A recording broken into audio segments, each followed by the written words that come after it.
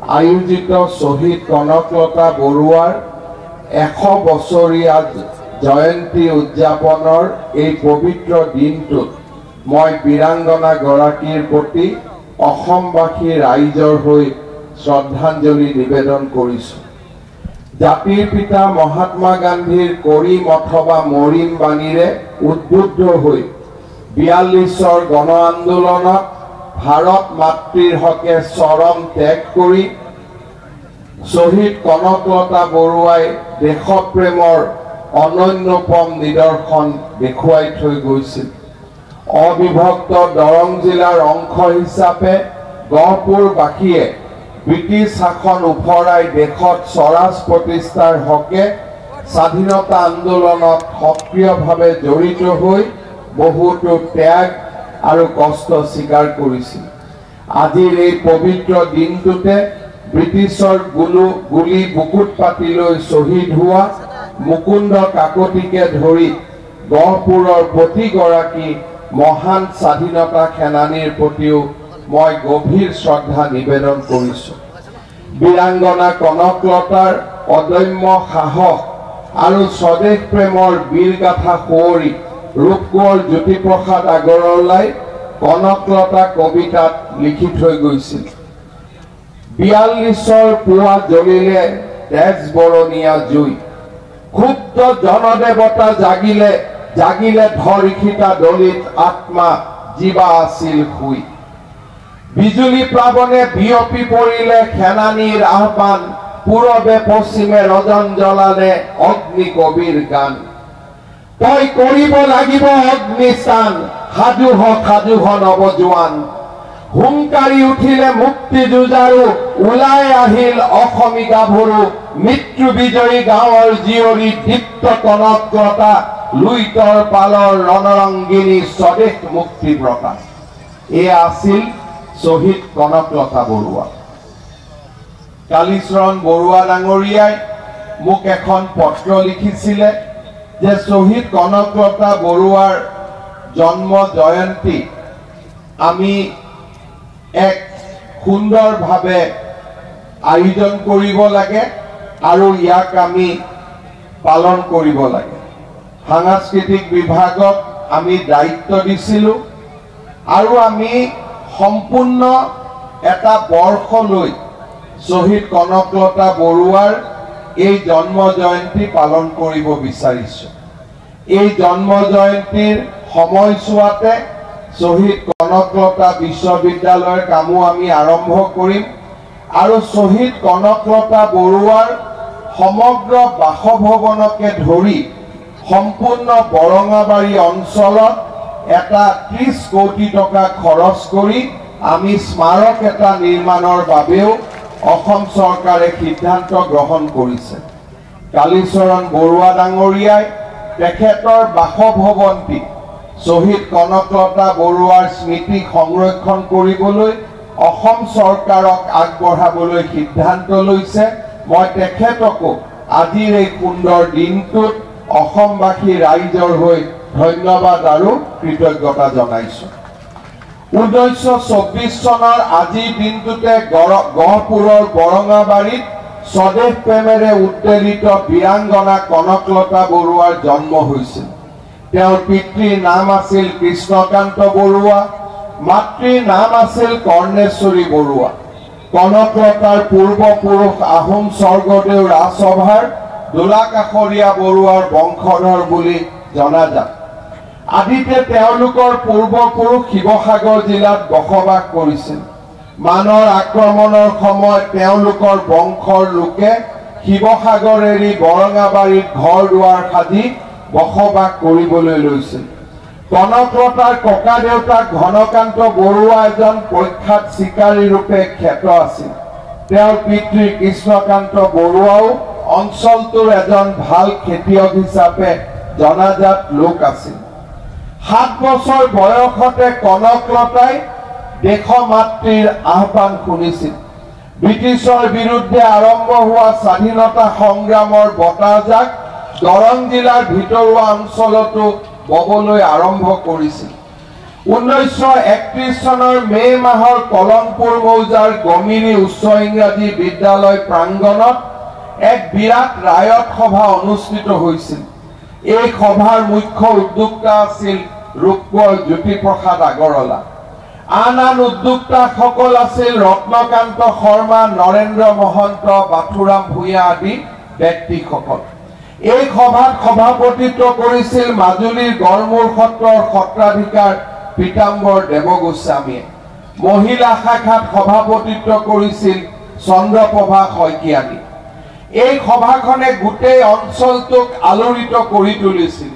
গান্ধী ভলেণ্টিয়াৰসকলৰ সমদল কৰি কনকলতাৰ ঘৰৰ পদূলিৰ মুখেৰে আগবাঢ়ি যোৱা দৃশ্যই শিশু কনকলতাৰ হৃদয় চুই গৈছিল।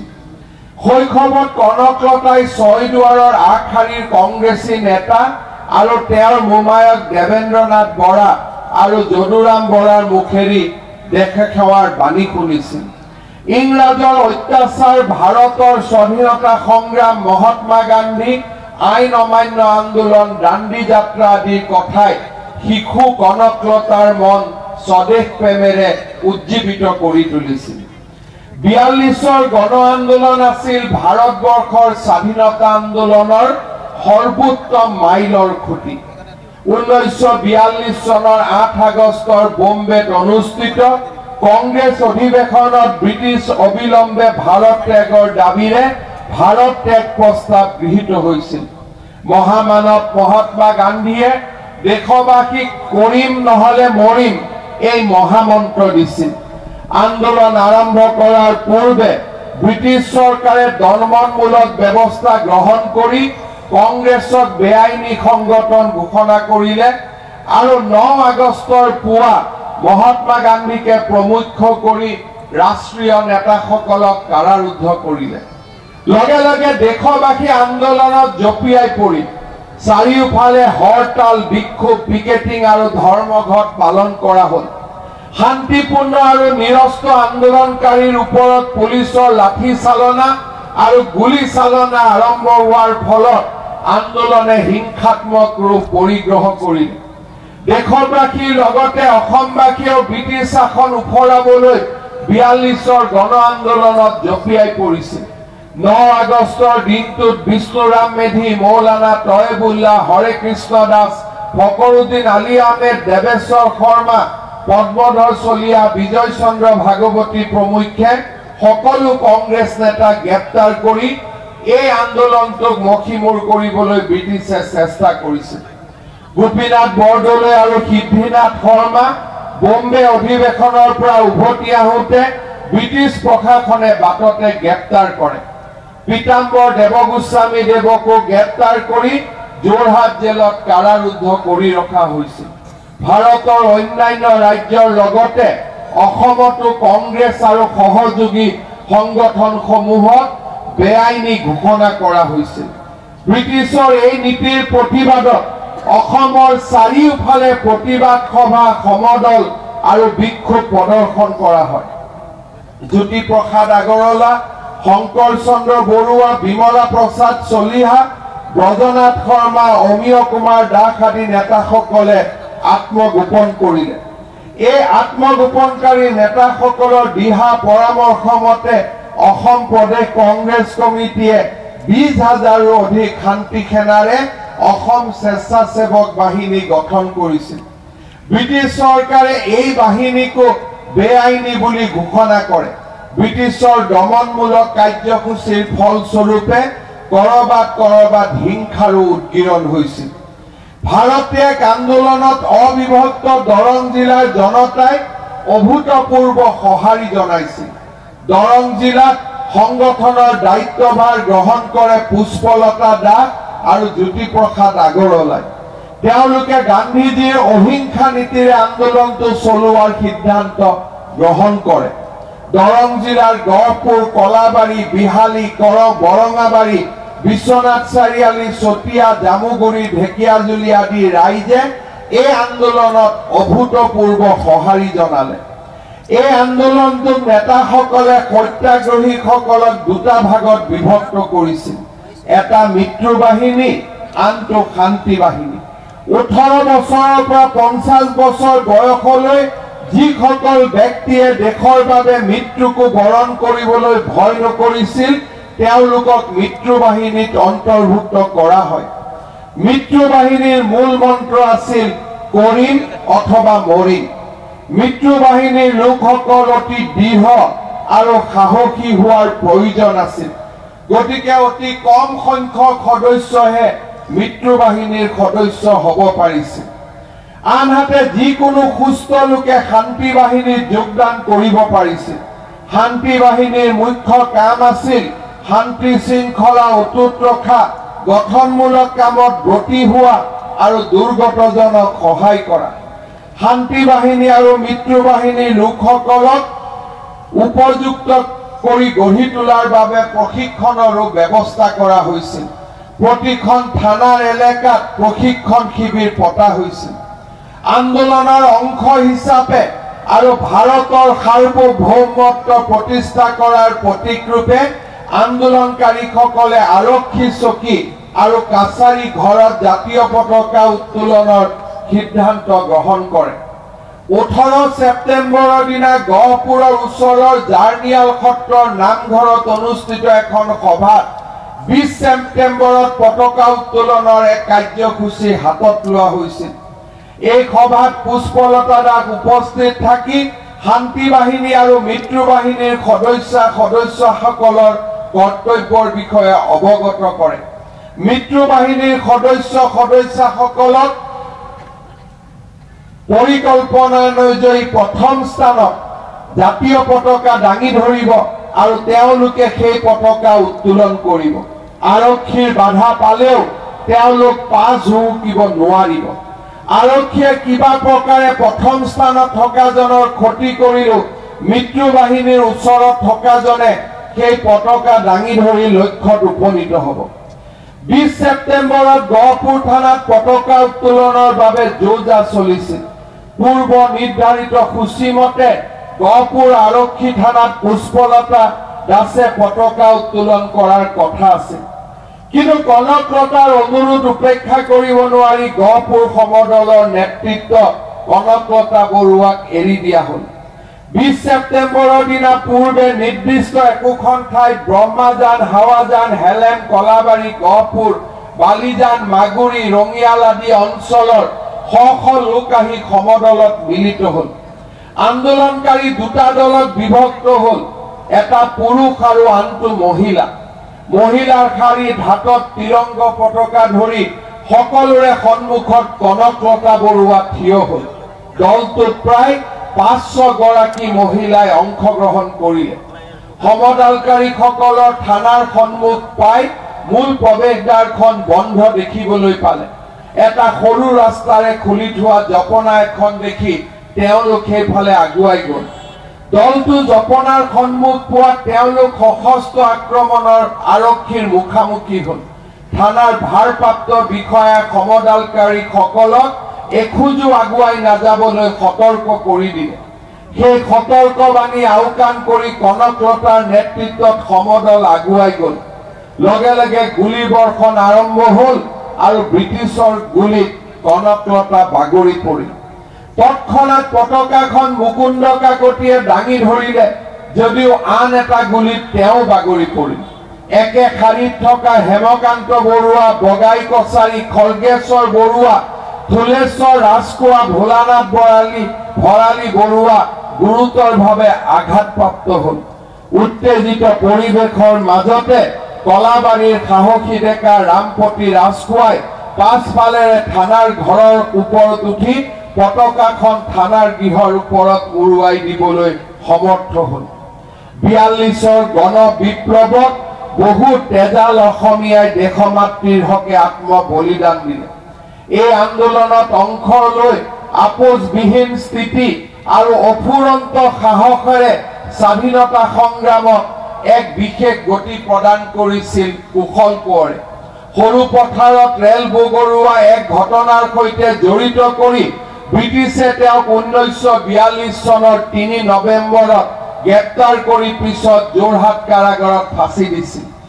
এই কাৰাগাৰতে দেশৰ হকে যুঁজ দি মৃত্যুক আঁকোৱালি লৈছিল স্বাধীনতা সংগ্ৰামী কমলা মিৰি আৰু বেজা বাউৰী ৪২ৰ গণ আন্দোলনৰ ব্যাপক প্ৰতিবাদ অসমত প্ৰথমে আৰম্ভ হৈছিল নগাঁও জিলাত বেবেজিয়াত আৰক্ষীৰ গুলীত নিহত হৈছিল কলাই কোচ আৰু হেমৰাম বৰা জুঙাল বলহুৰ ওচৰত গুলীবিদ্ধ হৈ শ্বহীদ হৈছিল হেমৰাম পাটৰ আৰু গুণভি বৰদলৈ বাৰপুজিয়াত শ্বহীদ হৈছিল তিলক ডেকা বৰহমপুৰত ব্ৰিটিছৰ বিৰুদ্ধে প্ৰতিবাদত অংশ লৈ শ্বহীদ হৈছিল ভোগেশ্বৰ ফুকননি লক্ষ্মীনাথ হাজৰিকা ঠগিৰাম খুট আৰু বলৰাম খুট ঢেকিয়াজুলি থানাত পতাকা উত্তোলনৰ কাৰ্যসূচীত অংশ লৈ ব্ৰিটিছৰ গুলী আৰু লাঠি চালনাত মৃত্যুবৰণ কৰিছিল মনবৰ নাথ কুমলী দেৱী মহিৰাম কোচ ৰতন কোছাৰী সৰুনাথ চুতীয়া মণিৰাম কছাৰী তিলেশ্বৰ বৰুৱা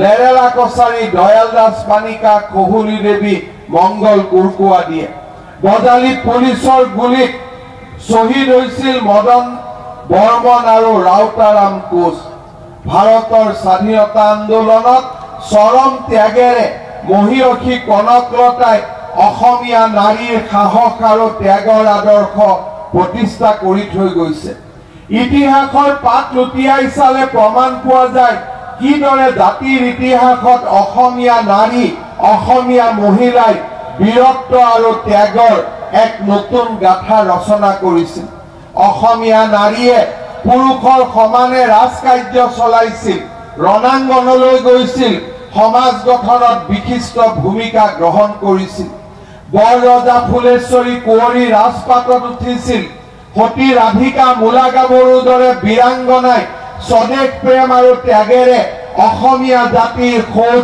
নিৰ্মাণ কৰিছিল অসমীয়া বুৰঞ্জীৰ পাতত দেশভক্তিৰ অনন্য নিদৰ্শনে সদা উজলি থকা আন এক মহিয়সী নাৰী চৰিত্ৰ হৈছে মহাসতী জয়মতী দূৰদৃষ্টি সম্পন্ন ৰাজনৈতিকভাৱে সচেতন জয়মতীয়ে মৰ্যাদাৰ যুঁজত প্ৰাণ আহুতি দি অসমীয়া নাৰীৰ সাহস আৰু ত্যাগৰ এক উজ্জ্বল নিদৰ্শন প্ৰতিষ্ঠা কৰিছিল অসমত সংগঠিত হোৱা অসহযোগ আন্দোলনটোৰ এটা উল্লেখনীয় দিশ আছিল অসমীয়া মহিলাৰ জাগৰণ আৰু সৰ্বাত্মক অংশগ্ৰহণ গান্ধীজী অসমৰ পৰা ঘূৰি যোৱাৰ পিছত হেমন্তী কুমাৰী দেৱী নলিনী বালা দেৱী বিজুলী ফুকন স্মিতা ভট্টাচাৰ্য কৃষ্ণমায়া আগৰৱাল স্নেহলতা দেৱী বৰুৱা চন্দ্ৰপ্ৰভা শইকীয়ানী প্ৰমুখ্যে এছাম মহিলাই আন্দোলনত অংশগ্ৰহণ কৰিবলৈ ঘৰৰ পৰা ওলাই আহিছিল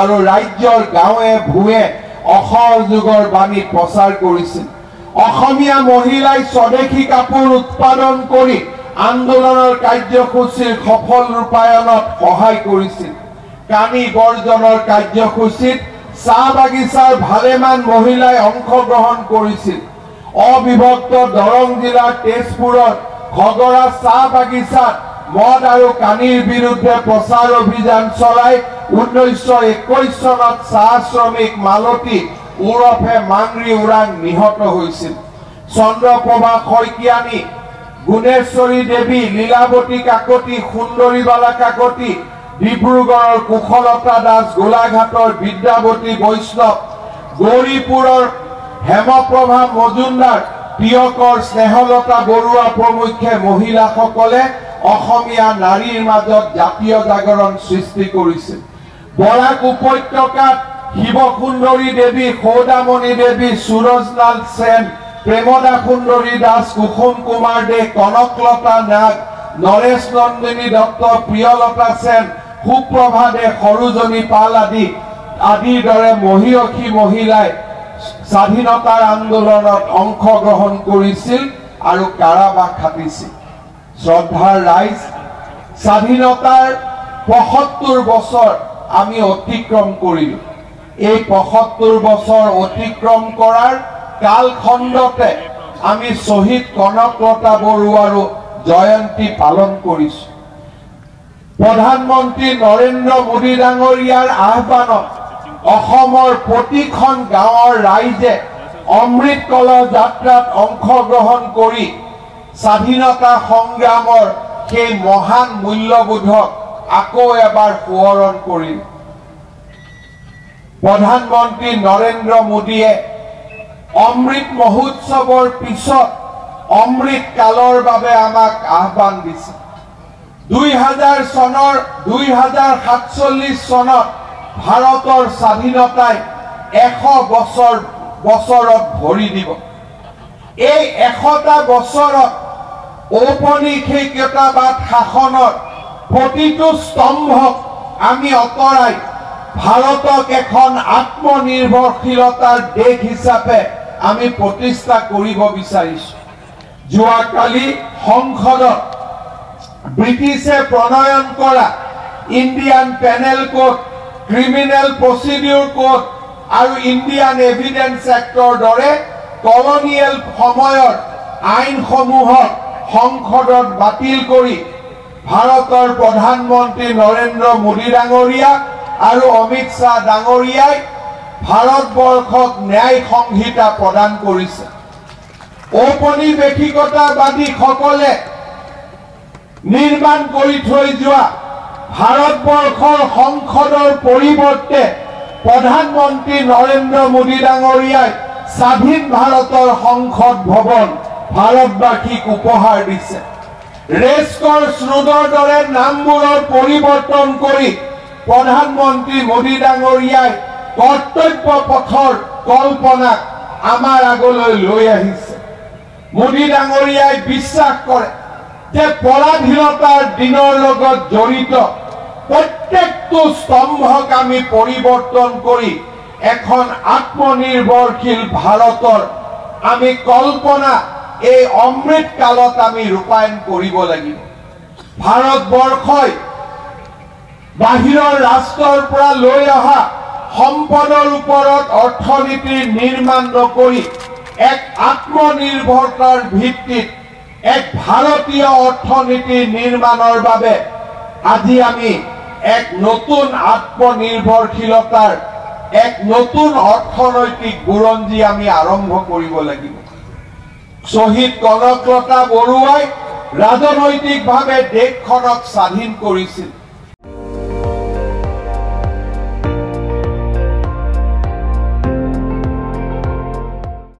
আপুনি চাই আছে ND24, সৰ্বশ্ৰেষ্ঠ নহয় সৰ্বোত্তমৰ দৌৰত।